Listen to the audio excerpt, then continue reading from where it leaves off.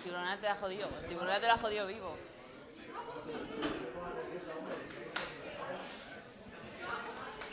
Bueno, vamos con la última exposición, que es la de Gema López, que nos va a hablar de la herencia y la genética. ¿De quién lo ha heredado?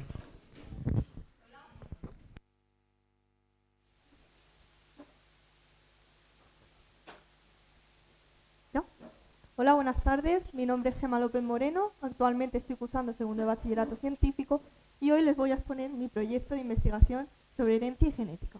Antes de empezar, estos son los puntos a tratar en el proyecto. He realizado este proyecto con los siguientes objetivos. El primero y el más importante es resaltar la importancia de la genética para la vida humana y demostrar que sin esta nuestra calidad de vida sería inferior a la que tenemos. El segundo punto, para intentar comprender mejor este campo, vamos a empezar por el principio de su historia y demostrar si las leyes de Mendel se cumplen. Para demostrar la importancia de su uso, vamos a identificar rasgos hereditarios de un determinado carácter. En primer lugar, voy a empezar definiendo qué es la genética. La genética es la rama de la biología encargada de estudiar los mecanismos genéticos de los organismos. Estudia el ADN, su composición y estructura, además de su localización en cromosomas y en genes. Además regula la expresión génica. Como su historia comenzó con el trabajo de hibridación de plantas del monje austriaco Gregor Mendel en el siglo XIX.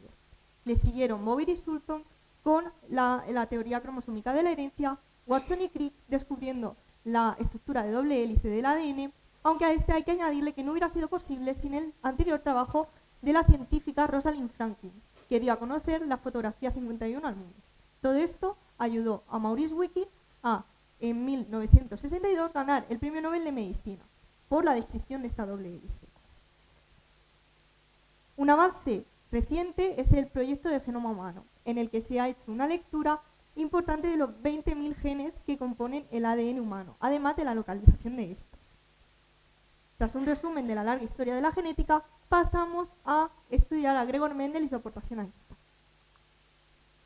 Gregor Mendel primero trabajó con abejas y ratones, aunque finalmente se decidió por las plantas, especialmente por el género Pisum sativum o guisantes. Hacia el 1854, Mendel comenzó a estudiar los rasgos genéticos híbridos en estas plantas, puesto que era un hecho comúnmente aceptado que un rasgo de un individuo era una mezcla de los rasgos, de ambos progenitores. Una de las preguntas más interesantes fue por qué escogió el guisante y no cualquier otra planta.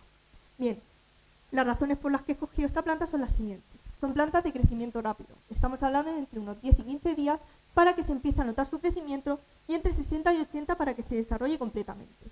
Además, contamos con amplias variedades. Entre tamaño, color y forma, contamos con más de 30 variedades de plantas. Sus flores, además, son fácilmente polinizadas de forma artificialmente, y esto es un hecho importante dado a que los guisantes se autofecundan. Y por último, las características a estudiar de estos son discontinuas. Se encuentran en pares y no hay intermedios. Por ejemplo, el color de la semilla es amarillo o verde, no hay colores intermedios. Para estudiar cómo se transmitían los rasgos genéticos, Mendel trabajó con la hibridación de plantas. Primero cruzó dos plantas que diferían en un carácter. A estas plantas las llamó generación parental. Aquí descubrió que solo uno de esos rasgos se transmitía a la descendencia y lo llamó dominante. El que no se transmitía lo llamó recesivo. Poco después autofecundó estas plantas y creó lo que denominó la primera generación filial. Aquí descubrió que el carácter recesivo que no aparecía en la anterior generación aparecía en esta en proporción 3:1, 3 dominantes frente a 1 recesivo. Y por último, cruzó plantas con 2 o más caracteres distintos y creó la segunda generación filial, en la que descubrió que estos caracteres se segregaban independientemente unos de otros. Tras estos resultados postuló sus leyes, que decían lo siguiente. La primera ley de Mendel, o ley de la uniformidad, decía que cuando se cruzan dos líneas puras que diferían en un carácter, la F1 siempre presentaría el mismo fenotipo.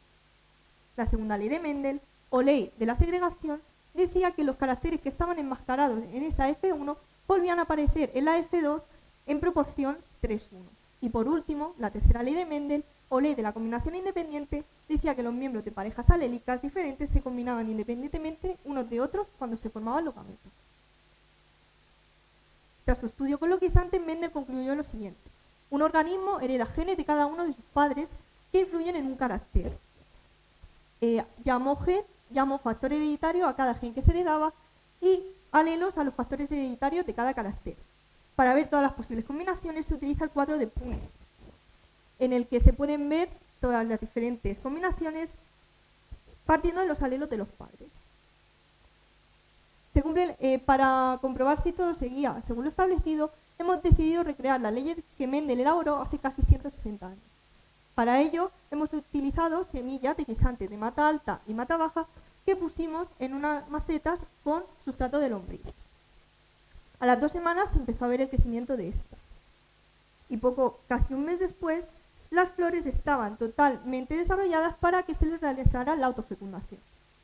El proceso de autofecundación fue un proceso que se llevó a cabo con el máximo cuidado posible, desnudando las flores que se querían autofecundar e intercambiando el polen.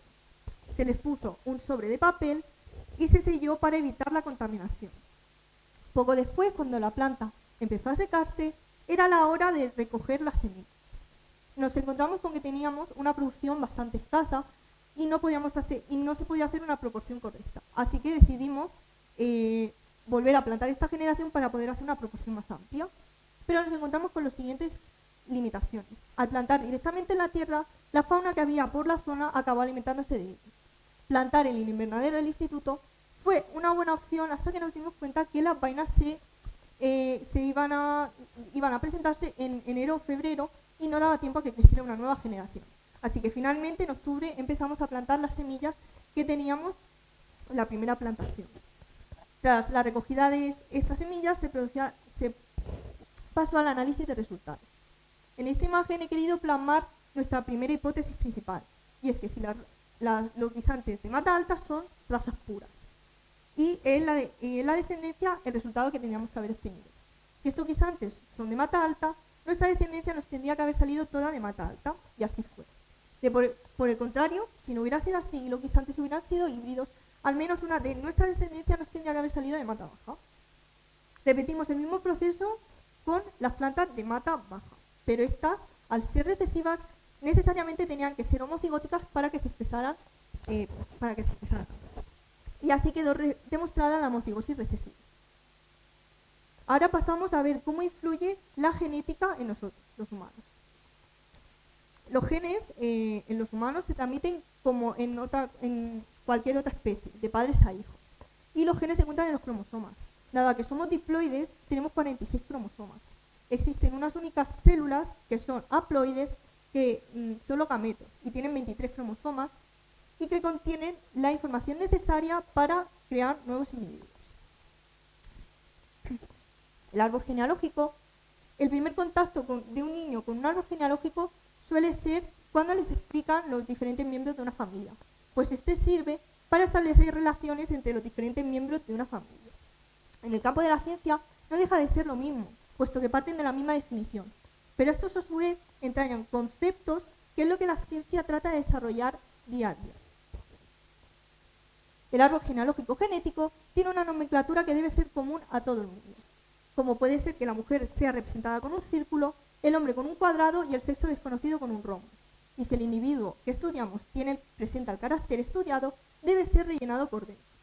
También tenemos rasgos de interés, que van desde los más comunes como que el pelo rizado domina sobre el liso, a la polidactilia, que es tener 6 dedos, que domina sobre tener 5 dedos, que sería lo normal o lo establecido. El árbol genealógico, en el campo de la ciencia, se utiliza para descubrir raíces hereditarias que van desde rasgos comunes, como descubrir un grupo sanguíneo, a seguir el patrón de herencia que tienen algunas enfermedades. Tras ponernos en contacto con una especialista en medicina, esta nos informó que el árbol genealógico en este área se utilizaba para dejar patentes los antecedentes familiares que tenían una enfermedad o simplemente para realizar el seguimiento de esta. Los nuevos estudios nos han llevado a conocer la epigenética, que es nada más y nada menos que la interacción entre el medio ambiente y los genes. Esta no afecta al ADN, solo afecta al fenotipo y es reversible y heredable. Tenemos grandes investigadores españoles como Mario Fraga y Teresa Roldán que trabajan en este campo de la medicina y cuyos trabajos han sido de vital importancia para el desarrollo del ADN y del ser humano. Y ahora pasamos a estudiar genéticamente familias mediante árboles genealógicos. En el primer caso analizaremos familias con rasgos de interés común como el pelo rizado y familias con enfermedades. En el primer caso estudiaremos el rasgo de interés común, que es el pelo rizado. Tras consultarlo con la familia Roldán, decidimos hacer un árbol genealógico visual en el que se viera cómo el pelo rizado se iba heredando de generación en generación. Pero también hicimos el árbol genealógico genético, en el que pusimos cada miembro de su familia con el correspondiente alelo. Gracias a la implicación de la Facultad de Medicina de Albacete, nos ha sido posible hacer estudios genéticos a familias con enfermedades. He hecho este árbol genealógico para intentar comprender mejor el informe. Nos encontramos ante unos padres que no manifiestan la enfermedad y un sujeto a estudiar que sigue la manifiesta. En este caso sería algo similar. Tenemos 2 padres que no manifiestan la enfermedad y 2 hijos a los que sí se les manifiesta la enfermedad. Dicho esto, podemos concluir lo siguiente. En el caso del pelo rizado, se demuestra efectivamente que el pelo rizado domina sobre el pelo liso y que se va heredando de generación en generación. Pero algo curioso a observar es que cuando se cruza una persona con el pelo rizado en heterocigosis y una persona del pelo liso, la descendencia siempre sale con el pelo liso. Además, en el caso de las enfermedades, se ha podido comprobar que ambas son heredadas por vía materna, pero con la diferencia de que el hecho de que la madre no manifieste la enfermedad en el primer caso se puede deber a una penetrancia incompleta. Es una afección en la que diferentes miembros que tienen una enfermedad pueden manifestar o no los síntomas de esa enfermedad. Y en el segundo caso, la madre es asintomática ahora, pero resulta que de pequeña esa madre mostraba síntomas con la enfermedad. Y tras el análisis genético se concluye que coinciden los síntomas con esta enfermedad. Dicho esto, se pueden concluir lo siguiente. Las leyes de Mendel sí se cumplen. Tras comprobar que ambos rasgos son razas puras, se procedió al cruzamiento de los diferentes caracteres para comprobar la primera ley de Mendel, que es la maceta que ustedes tienen en la mesa. Además, se ha podido comprobar las raíces hereditarias de algunas enfermedades, como se ha podido ver en el estudio anterior. Pero por último, no nos olvidamos que el principal objetivo de esta investigación era resaltar la importancia de la genética, y no nos cabe duda de que así ha sido. Pero también tenemos constancia de que se necesitan más fondos para investigar esta rama tan desconocida de la ciencia y que se reconozca más, pues estamos perdiendo grandes investigadores españoles que podrían salvar muchas vidas. De ahí mi frase: más investigación para más vida. Por último, no quisiera despedir este proyecto sin antes agradecer el apoyo a mi tutora María José y, por último, a mis padres y a mis amigos más cercanos.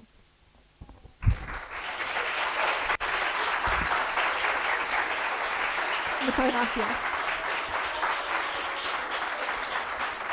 Si tienen alguna duda, estoy a la disposición.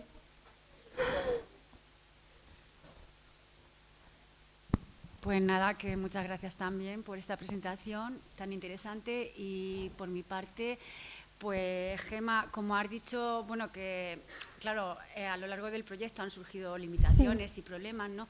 ¿Cuál destacarías más y si volvieras a empezar, pues qué harías de manera diferente, ya que habrás aprendido con todo eso, claro? Bien, pues realmente no haría nada diferente porque no tenía otros medios. Una limitación que destacaría más fue, pues, al plantar directamente en la tierra, los guisantes hubieran salido más fuertes y hubieran salido en más cantidad. Pero, obviamente, la fauna que había por la zona, pues no me permitió hacerlo.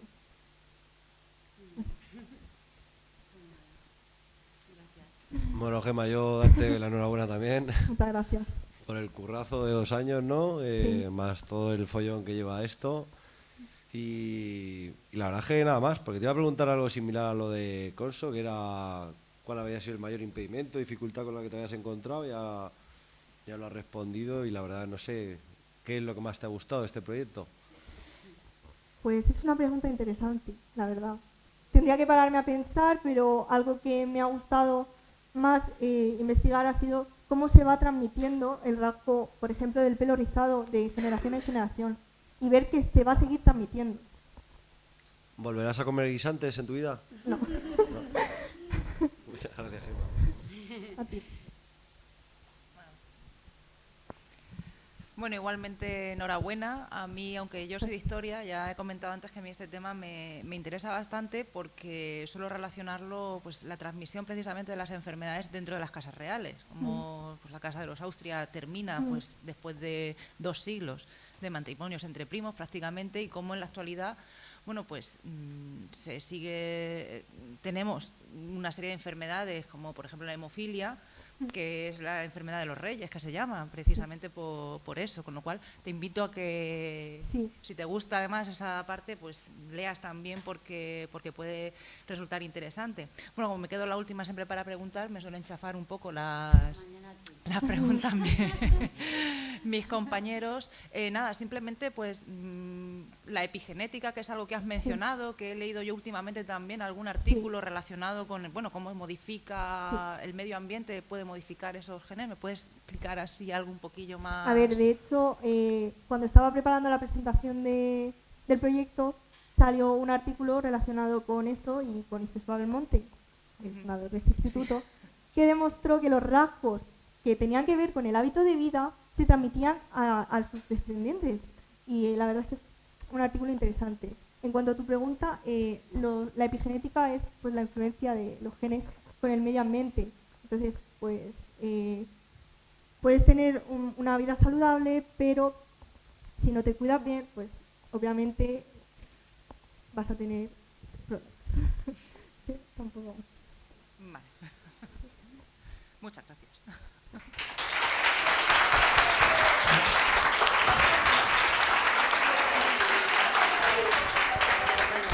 La